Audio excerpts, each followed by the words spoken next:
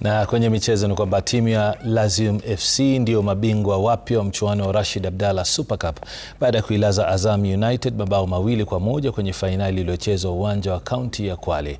Masudi Bokoko aliwatanguliza mabingwa hao kwa bao la mapema na kisha Ali Said akaongeza la pili mwanzoni mwa kipindi cha pili, na kisha Azam wakasawazisha mara moja ila hawakuweza kufunga la pili. Lazio wamezawadiwa shilingi milioni 2.5 huku Azam wakipewa shilingi milioni 1.5.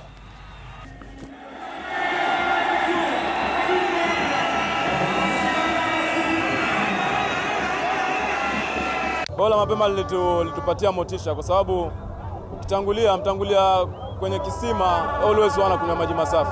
Sasa litupatia motisha na ndio maana hatukurudi nyuma. Ikiwa ni mwaka wa pili ambao Shabiki.com imekuja hapa kusponsor Rashid Abdalla Super Cup, unaweza ona kwamba mashabiki wamekuja kwa wingi sana.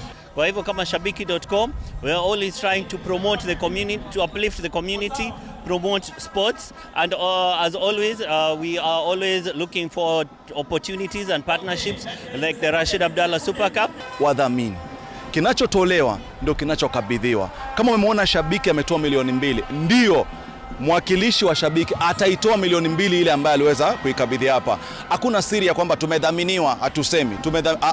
Pesa inayotoka kwa mdhamini inakwenda moja kwa moja kwa